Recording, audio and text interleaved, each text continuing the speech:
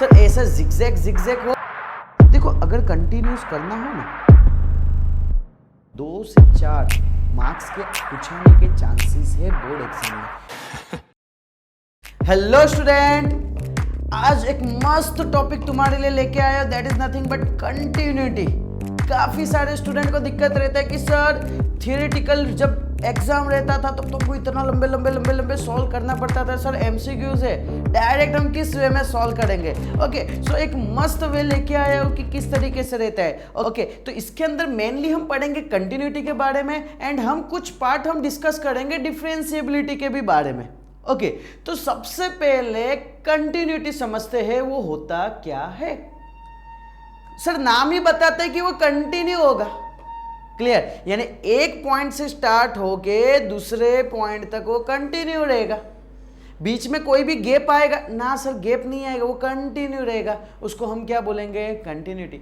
अब main question आता है सर वो कंटिन्यूस कैसा? सर ऐसा जिगजैग जिगजैग होगा तो यहां तक पॉइंट है तो वो कंटिन्यूस होगा? हाँ होगा।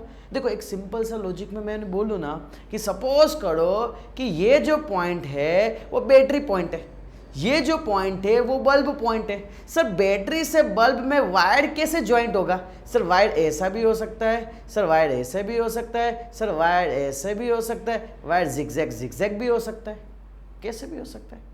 तो वायर वो कैसा होना चाहिए? यहाँ लाइट जलना चाहिए। अगर लाइट जल रहा है उसके कोई भी पोजीशन से, उसको हम क्या बोलेंगे? कंटिन्यूस। क्या बोलेंगे? कंटिन्यूस। अब मैथमेटिकली लैंग्वेज में देखते हैं कि होता क्या है।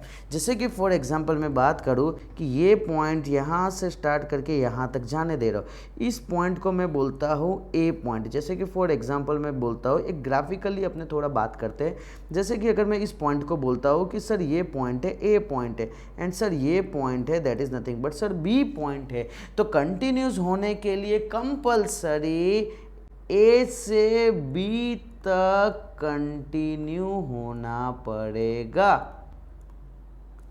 ओके क्या करना पड़ेगा? ए से बी तक कंटिन्यू। जैसे फॉर एग्जांपल मैं बोलता हूं कि यहां से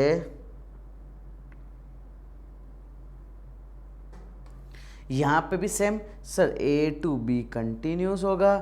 नेक्स्ट फॉर एग्जांपल मैं बोलता हूं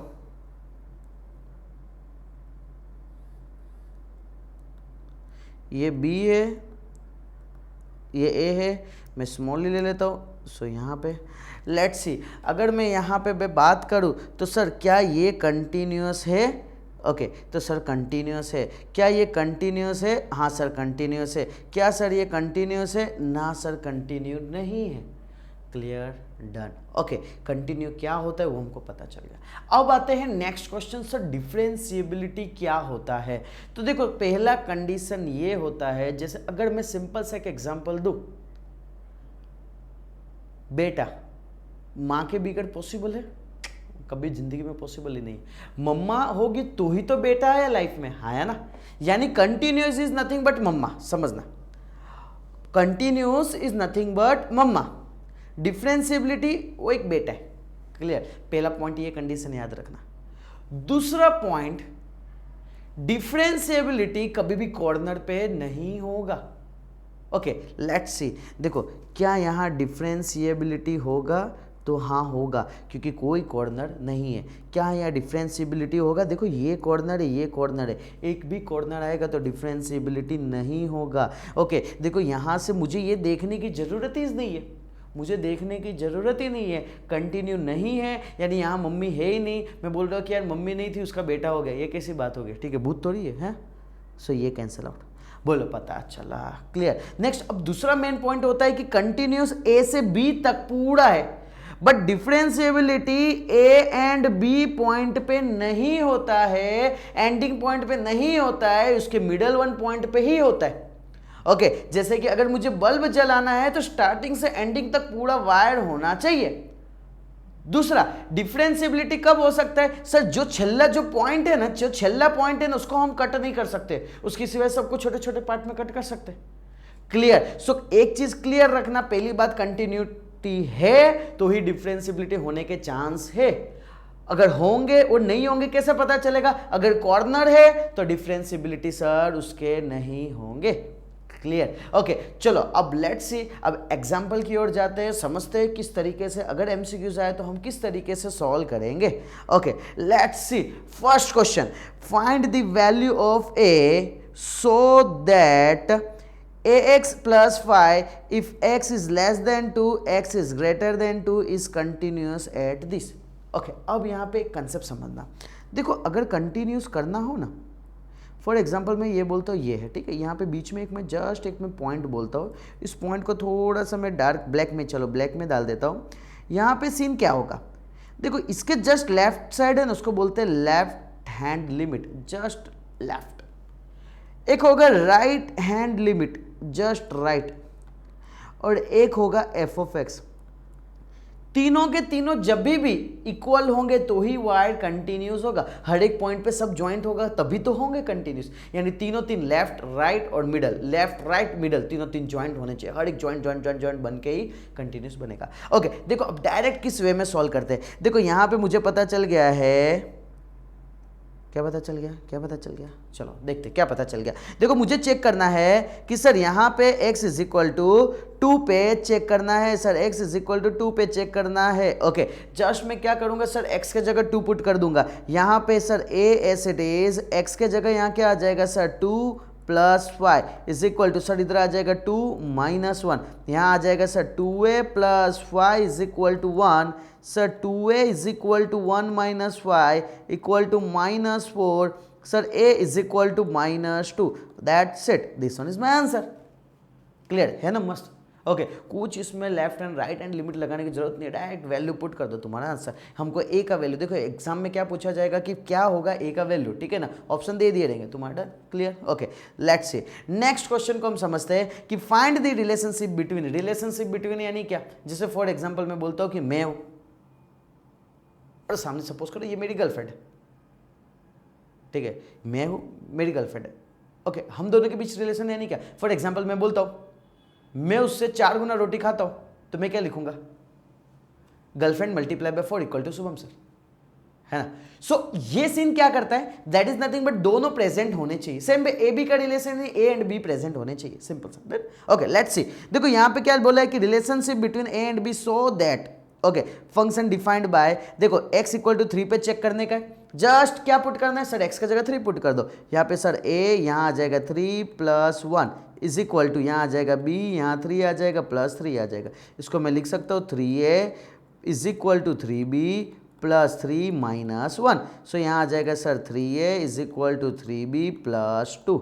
ओके जस्ट यहाँ पे डिवाइड बाय सब जगह 3 कर दूंगा, या तो 3 को नीचे भेज दूंगा, यहाँ हो जाएगा a 3b upon 3 plus B 2 upon 3, इसको सिंप्लीफाई करूंगा तो sir a is equal to B plus 2 upon 3, ये मेरा आ गया रिलेशन।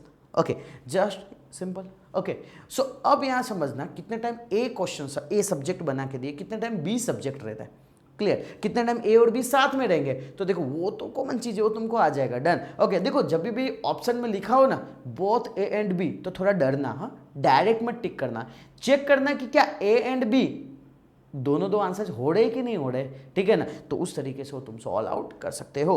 चलो let's see problem based on finding the point of discontinuous point. Okay अपने यहाँ पे बात करेंगे कि वो डिसकंटिन्यूअस है कि कंटिन्यूअस है, उस तरीके का, done. Okay let's see discuss the continuity of the function F defined by this. Okay अब मुझे यहाँ पे चेक करना है कि ये कंटिन्यूटी है कि नहीं है, जस्ट एक्स के जगह अपने को क्या पुट करना है सर 1, यहाँ आ जाएगा 1 प्लस 2, यहाँ पे x के जगह क्या पुट करना है 1 1 माइनस 2, यहाँ पे आ जाएगा 3, ये आ जाएगा माइनस 1। क्या दोनों सेम है, ना सर दोनों सेम नहीं, दोनों क्या है अलग अलग है, दोनों क्या है अलग अलग है, तो इसको अपने क्या कौन सा फंक्शन बोलेंगे, कंटिन्यूस, ना सर दोनों अलग है, that is left side and function दोनों क्या है अलग है, तो इसको क्या बोलेंगे हम डिसकंटिन्यूअस, क्या बोलेंगे हम इसको डिसकंटिन्यूअस। सो ऑप्शन में लिखा होगा डिसकंटिन्यूअस, सो वो तुम्हारा final answer. Okay let's see next one करते हैं। देखो अब इस तरीके के सम्स को समझना, अभी तक क्या सीन था ना, हम directly x is equal to 3 पे चेक करना था, k का वैल्यू फाइंड करना था, डायरेक्ट हम x के जगह 3 डाल देंगे। देखो सीन क्या होगा वो चीज समझना इस चीज को। देखो यहाँ पे अगर तुम 3 पुट करते हो सो 3 माइनस 3 क्या हो जाएगा 0, और अगर नीचे 0 हुआ तो मैथ्स तुम्हारी जान ले लेगी, नीचे 0 होना नहीं चाहिए क्योंकि वो आंसर नॉट डिफाइंड बोलते। नॉट डिफाइंड यानी क्या, सर आंसर पॉसिबल ही नहीं है, तो हमको ए से चीज सॉल्व करना ही नहीं है। क्लियर, तो मैथ सॉल्व करने की जरूरत ही नहीं पड़ती। हाँ ये काम की बात बोले सर, ऐसा कोई हो तो लॉजिकली बताओ। डन। सो अपने समझते हैं कि जब भी इस तरीके का सीन रहेगा तब हमको क्या करना चाहिए। देखो एक सिंपल सा लॉजिक मैं बताता हूँ, जब भी ऐसा दिखे ना, एल हॉस्पिटल रूल लगाने का। क्या लगाने का? L hospital rule. कैसे लगाने का? देखो लास्ट टाइम वीडियो जो अपलोड हुआ था उसको एक बार गो थ्रू करना, वही कंसेप्ट मैं यहाँ लगा रहा हूँ। लेट्स सी, देखो ऊपर का मैं डिफरेंशिएबल, देखो नीचे जीरो आ रहा है ना, नीचे जीरो आ रहा है ना, ऊपर भी सेम वे तुम ऑब्जर्व करोगे तो जीरो आ जाएगा, 0/0 फॉर्म हो रहा है। सिंपल मैं क्या करूँगा, ऊपर का डिफरेंशिएबल करूँगा, इधर सर 2 आगे आ जाएगा, इधर आ जाएगा सर x+3, सर 2 में से 1 जाएगा 1, 36 का हो जाएगा सर 0, यहाँ पे आ जाएगा सर x के जगह 1 आ जाएगा, ओके 3 का तो 0। देखो k हमको एज इट इज ही लेते जाने का, k हमको एज इट इज लेते जाने का। अब मैं x के जगह 3 पुट करूंगा, क्या नीचे अपॉन के नीचे 0 आएगा ना सर? नहीं आएगा। तो सिंपल क्या करना है, वैल्यू पुट कर डालो। सो यहाँ पे आ जाएगा 2 ब्रैकेट, यहाँ पे आ जाएगा 3+3 is equal to K. Okay, so यहाँ पे अपने क्या लिख सकते हैं, that is nothing but 6 into 2, sir 2 multiply by 6 is equal to K, sir K is equal to क्या आ जाएगा सर 2l। बस सर इतना सिंपल, बस इतना सिंपल। क्लियर। सो अपने नेक्स्ट सम को देखते हैं इस तरीके से। ओके तो देखो इसमें भी सेम सर, यहाँ पे अपने x के जगह अगर 2 पुट करते हैं तो नीचे क्या आ जाएगा सर 2 - 2, यानी क्या हो जाएगा सर 0। नहीं चलेगा। अब नहीं चलेगा तो उसके लिए क्या करना पड़ेगा, और सेम वे तुम ऊपर भी पुट करते हो तो सर 2 का स्क्वायर प्लस 3 × 2 - 10, सर 2 का स्क्वायर 4 + 6 - 10, सर ऊपर भी 0।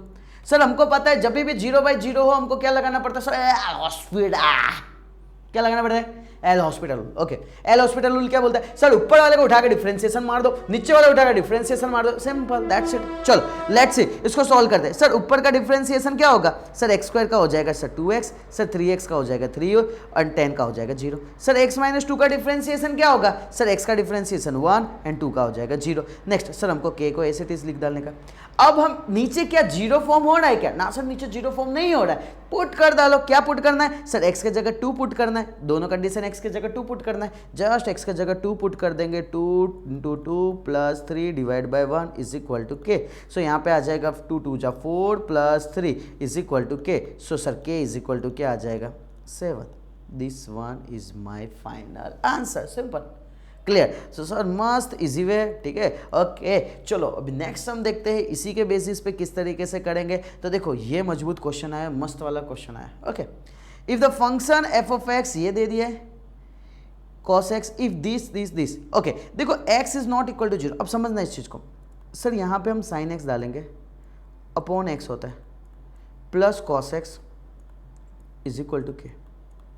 ओके यहाँ पे मैं पुट कर दूंगा, देखो तुमको पुट करना हो पुट करो, नहीं पुट करना डायरेक्ट समझ पाते हो तुम डायरेक्ट समझ लो। जैसे कि मैं इधर डालता हूँ sir x tends to 0 limit, sir x tends to 0 limit. Okay इधर डालने का जरूरत नहीं है। ओके ध्यान से समझना, देखो एल हॉस्पिटल रूल में मैंने एक चीज़ बोला था, जब भी sin x अपॉन x होता है, जब भी sin x अपॉन x होता है उसको क्या लिखते हैं सर 1 लिखते हैं, सिंपल। ओके सर cos के अंदर हम 0 पुट कर देंगे। देखो cos के अंदर हम 0 डायरेक्टली क्यों पुट कर सकते हैं, क्योंकि नीचे 0 नहीं आना है ना, ऊपर 0 आए 1 है मैटर नहीं करता है, नीचे 0 नहीं आना चाहिए, डिनोमिनेटर में 0 नहीं आना चाहिए, सिंपल। सर यहाँ आ जाएगा 1, cos 0 होता है that is nothing but sir 1 is equal to k। So k is equal to क्या आ जाएगा 2। क्या बात करते हो सर, सिंपल, बस इतना ही, बस इतना ही।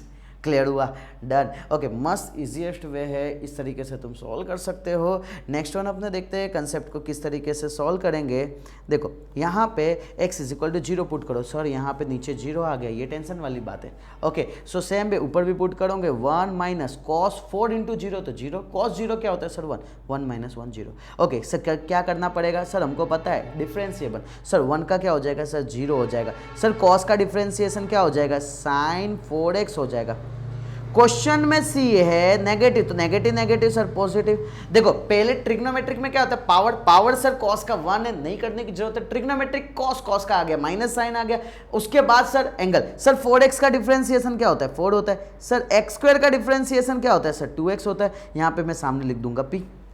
ओके अब यहाँ पे मैं x के जगह अगर 0 पुट करूँ तो यहाँ पे अगर x के जगह 0 पुट करता हूँ तो इधर क्या आ जाएगा 4 साइन 0/2 × 0। देखो यहाँ से अपने को क्लियर हो जाना चाहिए, साइन 0 होता है 0/0। यहाँ पे ये सीन हो रहा है, क्या चलेगा? ना सर नहीं चलेगा। आपने हमको एक ही चीज़ सिखाया है, नीचे 0 नहीं होना चाहिए, नीचे 0 नहीं होना चाहिए। तो उसके लिए क्या करना पड़ेगा सर? वापस से मारो डिफरेंशिएशन, है ना? अपने घर का तो है 2 बार बजा डालने का। ओके सर, यहाँ पे क्या हो जाएगा सर? ऊपर 4 as it is sir, sine का हो जाएगा cos 4x हो जाएगा। ओके फिर 4x का डिफरेंशिएशन क्या हो जाएगा सर? 4 हो जाएगा सर। 2x का क्या हो जाएगा सर? 2 हो जाएगा। ओके यहाँ पे p। अब देखो यहाँ से ये क्लियर हो गया कि सर नीचे 0 नहीं होगा। क्यों 0 नहीं होगा सर? नीचे 2 पड़ा हुआ है ना? ओके जस्ट अब क्या करना है सर? x का जगह 0 पुट कर डालो। ओके तो सर 2 1 जा 2 2 जा 4 2 जा 8, यहाँ पे आ जाएगा सर cos 4 × 0 = p। सो यहाँ पे क्या आ जाएगा सर? 8 cos 4 × 0, तो cos 0 = p। cos 0 का वैल्यू क्या होता है सर? 1 होता है, तो 1 यहाँ पे आ जाएगा p एंड p = आ जाएगा 8। देखो यहाँ से सर हमको एक नवा चीज़ ये सीखने मिला कि जब तक नीचे 0 है तब तक हमको डिफ्रेंशिएशन करते जाना है। फिर से रिपीट कर रहा हूँ, देखो जब तक नीचे डिनोमिनेटर में 0 है तब तक, देखो नीचे 0 होगा तो ऊपर 0 फॉर्म हो ही जाएगा, देख लेना, ऑब्जर्व कर लेना, ठीक है? तो नीचे जब भी 0 होगा तो ऊपर क्या करना पड़ेगा हमको? चेक करने का क्या 0 है। अगर 0/0 है तो एल हॉस्पिटल लगा दो, दैट्स इट, कंप्लीट, ठीक है? Okay so let's see next question देखते हैं। Find the value of m such that the function f(x) = this. ये बता दिया, ये कंटिन्यूस है। अब देखते हैं सर, यहाँ पे m आ जाएगा, यहाँ पे सर 0 का स्क्वायर आ जाएगा, -2 × 0 हो जाएगा, = यहाँ पे आ जाएगा cos 0। ओके यहाँ पे अगर मैं 0 पुट करूँ तो देखो यहाँ तो m × 0 आ रहा है और cos 0 क्या होता है? 1। सर यहाँ 0 है और यहाँ 1, क्या दोनों इक्वल है? ना सर इक्वल नहीं है। क्या ये आंसर पॉसिबल है? तो ना सर, आंसर पॉसिबल नहीं है। सो आंसर क्या आ जाएगा? Not possible. क्या बात करते हो सर, ऐसा भी हो सकता है? अभी तक तो ऐसा ही लगता था m का कुछ ना कुछ वैल्यू होगा ना, ऐसा जरूरी नहीं है। देखो इस कंडीशन पे हमको पता चल गया कि सर आंसर नॉट पॉसिबल भी हो सकता है। ओके तो देखो सिंपल सा चीज़ अगर मैं बोलूँ कि जब तक नीचे अगर सर 0 नहीं आ रहा है, कुछ नहीं आ रहा है, तुम डायरेक्टली वैल्यू पुट कर दो, आंसर निकाल दो, कोई मैटर नहीं करता है, तुम डायरेक्टली सॉल्व कर दोगे, ठीक है? ओके अब हम समझते हैं कि कुछ फंक्शन के बारे में, जैसे कि मैं डायरेक्टली अगर बोल लूँ कि कौन सा फंक्शन कंटिन्यूस है, कौन सा फंक्शन डिसकंटिन्यूस है, ठीक है? यानी कंटिन्यूस में कौन कौन से फंक्शन है, दूसरा डिफरेंशिएबिलिटी कौन कौन से फंक्शन का होता है, किस तरीके से होता है, तो डायरेक्ट एक मैं फॉर्मेट दे देता हूँ, ठीक है ना? अगर उसमें तुमको कोई पॉइंट नहीं पता चलता है तो एक गूगल आउट करो, एक बार सर्च करो तो तुमको एक आइडिया आ जाएगा। डन? ओके लेट्स सी, अपने यहाँ पे नेक्स्ट वन देखते हैं। ओके तो some function which are always continuous, कौन कौन से ऐसे फंक्शन रहते हैं जो ऑलवेज कंटिन्यूस रहते हैं in their respectively domain. Okay domain यानी क्या होता है ना, ध्यान से समझना। देखो जैसे कि अगर मैं बोलूँ कि अपने मशीन होते हैं ना, machine that is nothing but गेहूँ डालने का, दैट इज़ व्हीट डालने का जो मशीन होता है, तो अंदर तुम क्या पुट करते हो? व्हीट पुट करते हो, है ना? और आउटपुट में क्या मिलता है? That is nothing but floor मिलता है, ठीक है? सो सिंपल सा चीज़ है जो हम क्वेश्चन में पुट करते हैं ना, that is called the domain. क्या बोलते हैं उसको सर? डोमेन। ओके डन इतना। ओके जरूरी नहीं क्वेश्चन में हम हर एक चीज़ पुट कर सकते, क्लियर? जैसे कि फॉर एग्जांपल मैं बात करूँ, एक एग्जांपल लेते हैं। सपोज करो मैं बोलता हूँ 1/x, इसमें तुम दुनिया का कोई भी वैल्यू पुट कर सकते हो, बट क्या x = 0 पुट कर सकते हो? ना सर नहीं पुट कर सकते। अभी आपने बताया सर नीचे 0 नहीं होना चाहिए। डन? तो ऐसा सीन रहता है कि इसमें तुम कोई भी रियल नंबर पुट कर सकते हो बट 0 नहीं, तो इसका डोमेन चेंज हो गया। सेम पे सबका अलग अलग रहता है। ओके जस्ट एक कांस्टेंट फंक्शन रहता है वो ऑलवेज कंटिन्यूस रहता है, आइडेंटिटी फंक्शन रहता है वो कंटिन्यूस ऑलवेज रहता है, पोलिनोमियल फंक्शन जो रहता है वो ऑलवेज कंटिन्यूस रहता है, रेशनल फंक्शन रहता है बट वो कंटिन्यूस रहता है। कहाँ रहता है? तो एक पर्टिकुलर उसका डोमेन पे रहता है। मॉड्यूलस फंक्शन ऑलवेज कंटिन्यूस रहता है। मॉड्यूलस का दूसरा नाम रहता है एब्सोल्यूट फंक्शन। सो मस्ट माइंड में रखना। ओके ऑल सारे के सारे ट्रिग्नोमेट्रिक फंक्शन जो है वो कंटिन्यूस रहते हैं। कहाँ पे? तो हर एक उसका जो पर्टिकुलर डोमेन है उस पे रहते हैं। Okay the greatest integer function, जो ग्रेटेस्ट इंटीजर फंक्शन है वो भी ऑलवेज कंटिन्यूस रहता है। ओके बट वो कुछ कंडीशन रहता है जिसपे वो कंटिन्यूस नहीं रहता है। Okay the basic inverse trigonometric function are continuous at every point to their respectively domain of the definition. Okay so एक चीज़ क्लियर रख लेना कि हमको यहाँ से डोमेन कंसेप्ट क्लियर होना चाहिए कि डोमेन क्या चीज़ है, डोमेन का वैल्यू किस तरीके से निकलता है, तो ये काफ़ी ज़्यादा इजी हो जाएंगे. लेट्स सी, अब अपने आते हैं कुछ कंसेप्ट समझते हैं कि डिफरेंशिएबिलिटी किस किस फंक्शन का होता है. तो हर एक पोलिनोमियल फंक्शन का डिफरेंशिएबल होगा, बट वो x belongs to always r होना चाहिए. The exponential function a raise to x है, वो ऑलवेज a का वैल्यू अगर 0 से बड़ा है तो वो डिफरेंशिएबल होगा, बट किस पे, x बिलोंग्स टू r पे. एवरी कांस्टेंट फंक्शन वो भी डिफरेंशिएबल होगा, बट किस पे होगा, x बिलोंग्स टू r पे. ओके नेक्स्ट, सारे के सारे लॉगरिथमिक फंक्शन डिफरेंशिएबल होंगे, बट एक पर्टिकुलर डोमेन पे. Okay trigonometric and inverse trigonometric function सारे के सारे डिफरेंशिएशन होंगे, बट एक रिस्पेक्टिवली डोमेन पे. देखो तुमको पता होना चाहिए कि डोमेन जो है ट्रिग्नोमेट्रिक का हर एक का अलग अलग अपना डोमेन है. ट्रिग्नोमेट्रिक में एंगल अगर चेंज होते तो डोमेन भी चेंज होते, तो वो चीज़ तुम पर्टिकुलर परफेक्ट माइंड में सेट कर देना, ठीक है ना. ओके द सम डिफरेंस या प्रोडक्ट या डिवीज़न करे अगर दो डिफरेंशियल फंक्शन का, तो वो कैसा होगा, डिफरेंशिएबल होगा. ओके सो ये पीछे मैंने एक बेसिक कंसेप्ट दिया कि कंटिन्यूस कैसा होगा, डिफरेंशिएबिलिटी कैसा होगा. अगर कोई तुमको फंक्शन के बारे में नहीं पता तो एक बार रिसर्च करो, तुमको पता चल जाएगा कि किस तरीके से रहता है. दूसरा, मैं ट्राई करूँगा जितना जल्दी पॉसिबल होगा, ट्राई करूँगा कि डोमेन फंक्शन कैसे निकालते, किस तरीके से हमें पता चलता है, उस चीज़ के बारे में मैं वीडियो डालूँ. देखो मैक्सिमम मिनिमम इस जो टॉपिक आज का कवर हुआ उसमें से कम 2 से 4 मार्क्स के पूछाने के चांसेस है बोर्ड एग्जाम में, ठीक है. सो वो मस्ट माइंड में सेट कर डालना ना किस तरीके से हमने किए. ओके आज का अगर वीडियो अच्छा लगा हो तो लाइक सब्सक्राइब जरूर करना, ठीक है. नेक्स्ट लेक्चर में जल्दी ही मुलाकात करते हैं, तब तक के लिए बाय बाय.